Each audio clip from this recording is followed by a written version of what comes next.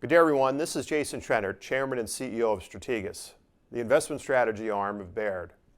There's no great secret that we have experienced a fair amount of volatility to begin the year, both in the financial markets and in the real world. I wanted to take a brief moment today to address this volatility, how it affects our outlook for markets, and what it means for you.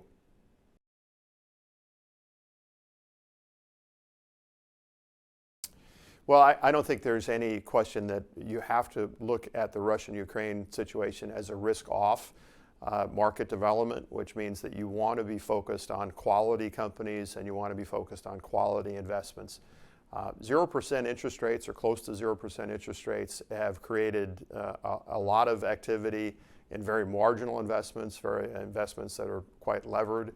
And in our opinion, not only the increase in inflation, which will prompt the Fed to tighten, but also an end, to a certain extent, to globalization, I believe is going to contribute to people wanting to stay closer to home.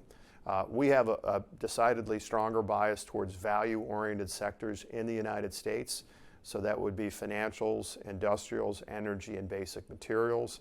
We would note that the technology sector has the greatest portion of any sector in the S&P 500 that has its revenues outside the United States. And so the U.S. should be able to avoid a recession.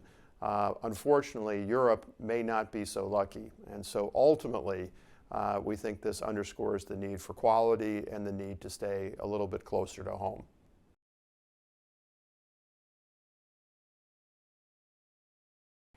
This is always a difficult question for people that do what we do because we're not geopolitical experts. I think we've also found throughout the years that oftentimes the geopolitical experts aren't always as expert as they say they are. And so we make it a little bit easier on ourselves by focusing on what the markets are telling us more than perhaps what an expert may be telling us. This is obviously a very fluid situation. Right now, we're watching credit spreads very carefully, high yield and investment grade, and we're also watching the dollar. And I think in that regard, you can see that there is some stress developing. By the same token, it seems to be manageable at the moment.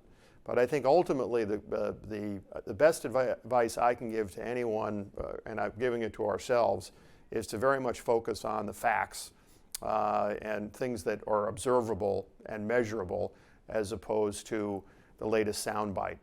It's often been said that the first casualty of war is the truth, and I believe that, and I think a lot of times I'd rather be focused on hard, cold facts as opposed to opinions.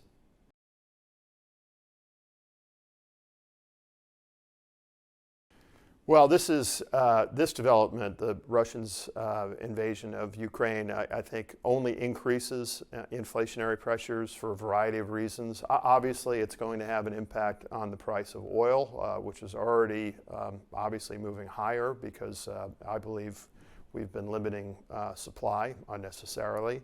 I also think, though, that you're going to have an increase in government spending, particularly as it relates to defense spending.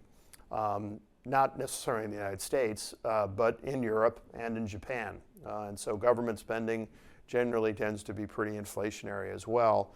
Lastly, I would say that this development marks an end, sadly, or may mark an end to the movement towards globalization that we've seen really over the last 30 years. I believe that there will still be cross-border trade that will be important. But at the margin, this is going to focus the mind on a lot of companies to have more of their production at home and keep their supply chains perhaps a little bit tighter. So long-winded way of saying, I think this increases inflationary pressures, and from our perspective, it doesn't change the Fed's calculus in terms of its need to tighten. The Fed's preferred inflation figure is the core PCE. That's running at 5.2%. The Fed funds rate is 0. And so that is clearly inappropriate. And the Fed, in our opinion, will tighten 5 times this year, 25 basis points at a clip for the next 3 meetings, and then once every other meeting for the rest of the year. That's our best guess at this point, but bottom lining it, we believe this is going to increase inflationary pressures and will not change the Fed's calculus in terms of its need to tighten.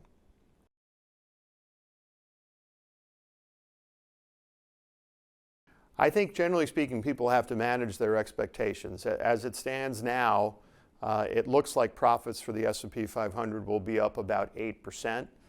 That's very fluid. Obviously, there is a chance that inflation increases, believe it or not, profits this year. But I do think the prospects for higher interest rates and higher inflation means that the multiple investors are willing to pay for those earnings will be less.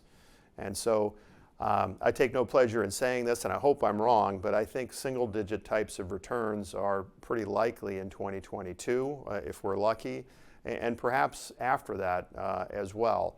So again, I want to focus on quality. I want to focus on companies that are providing earnings and cash flows.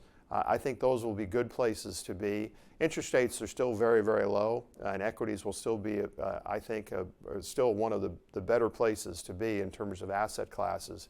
It's just that I think some of the returns that we've become accustomed to over the last several years, in my opinion, are unlikely because of inflation and because of the prospects of higher interest rates.